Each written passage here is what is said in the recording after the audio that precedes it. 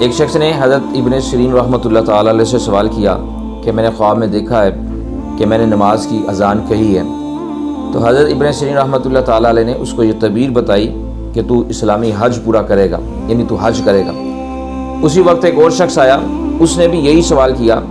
کہ میں نے خواب میں اپنے آپ کو نماز کی اذان کہتے ہوئے دیکھا ہے۔ تو حضرت ابن سیرین رحمۃ اللہ تعالیٰ علیہ نے اس کو اس خواب کی یہ تعبیر بتائی کہ تجھ پر لوگ چوری کی تہمت لگائیں گے۔ تو اس پر حضرت ابن سیرین رحمۃ اللہ تعالیٰ علیہ کے شاگرد نے عرض کیا، حضور دونوں نے خواب بظاہر ایک جیسے دیکھے ہیں، لیکن آپ نے تعبیر علیحدہ علیحدہ بتائی ہے۔ پہلے کو آپ نے تعبیر یہ ارشاد فرمائی کہ تو حج کرے گا، دوسرے کو آپ نے تعبیر یہ بتائی کہ تجھ پر لوگ چوری کی تہمت لگائیں گے۔ تو حضرت ابن سیرین رحمۃ اللہ تعالیٰ علیہ نے فرمایا کہ پہلے شخص کی شکل و صورت مجھے نیک اور صالحہ نظر آئی، اس لیے میں نے اس کو یہ تعبیر بتائی کہ تو حج کرے گا، اور دوسرے شخص کی شکل و صورت مجھے شریر سی نظر آئی، اس لیے میں نے اس کو اس کے خواب کی یہ تعبیر بتائی کہ تو چوری کے جرم میں گرفتار ہوگا۔